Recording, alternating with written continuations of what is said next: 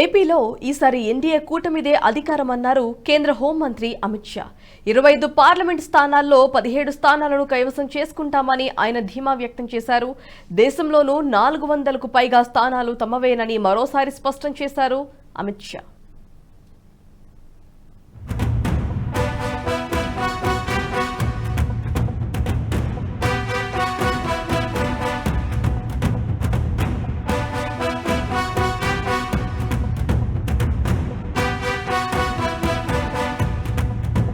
ఆంధ్రప్రదేశ్లో కొత్తగా వచ్చేది ఎన్డీఏ సర్కారేనని కేంద్ర హోంమంత్రి అమిత్ షా అన్నారు.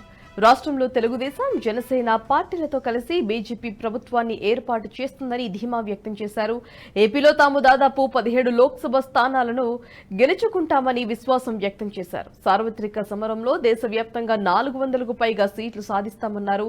ఒడిశా, అరుణాచల్ ప్రదేశ్లోనూ ఈసారి కమలదళం ప్రభుత్వాలను ఏర్పాటు చేస్తుందని జోషి చెప్పారు. ఈసారి అధికారంలోకి వచ్చాక 5 ఏళ్ల కాలంలో విస్తృత సంప్రదింపుల అనంతరం దేశవ్యాప్తంగా ఉమ్మడి పౌర స్మృతిని తాము అమలు చేయనున్నట్లు అమిత్ షా చెప్పారు.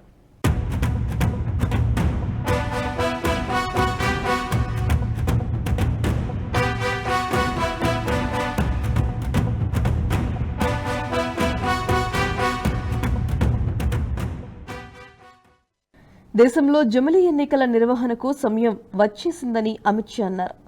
ఒకే దేశం ఒకే ఎన్నిక ప్రక్రియ ద్వారా ఖర్చులు చాలా వరకు తగ్గాయన్నారు. సార్వత్రిక ఎన్నికల్లో తామేమీ మతం ఆధారిత ప్రచారం చేయటం లేదని అమిత్ షా స్పష్టం చేశారు.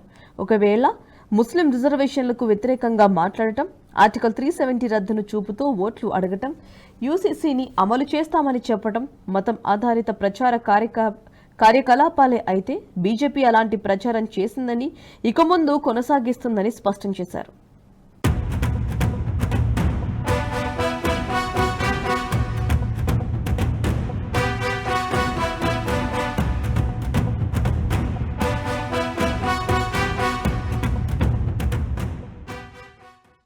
వచ్చే 2-3 ఏళ్లలో దేశంలో నక్సలిజం సమస్య అంతమవుతుందని అమిత్ షా స్పష్టం చేశారు. ఛత్తీస్గఢ్లో కొన్ని ప్రాంతాల్లో తప్ప మరెక్కడా మావోయిస్టులు లేరని తెలిపారు. గతంలో పశుపతినాథ్ నుంచి తిరుపతి వరకు ఉన్న ప్రాంతాన్ని నక్సల్ హబ్గా కొందరు పేర్కొనేవారని, ఇప్పుడు జార్ఖండ్, బీహార్, ఒడిశా, తెలంగాణ, ఆంధ్రప్రదేశ్, మహారాష్ట్ర, మధ్యప్రదేశ్లో నక్సలిజం అంతమైందని వెల్లడించారు. ఛత్తీస్గఢ్లోని కొన్ని ప్రాంతాల్లోనే వారి కార్యకలాపాలు కొనసాగుతున్నాయని తెలియజేశారు.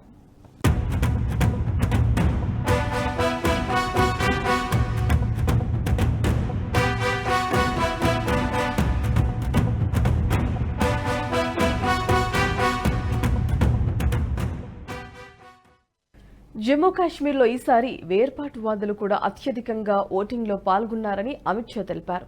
కశ్మీర్లో పోలింగ్ ప్రశాంతంగా ముగియడం మోదీ ప్రభుత్వం సాధించిన విధానపరమైన విజయమని పేర్కొన్నారు. ఈ ఏడాది సెప్టెంబర్లోగా జమ్మూ కాశ్మీర్లో అసెంబ్లీ ఎన్నికలు నిర్వహిస్తామని, తర్వాత రాష్ట్ర హోదాను పునరుద్ధరించే ప్రక్రియను ప్రారంభిస్తామని చెప్పారు.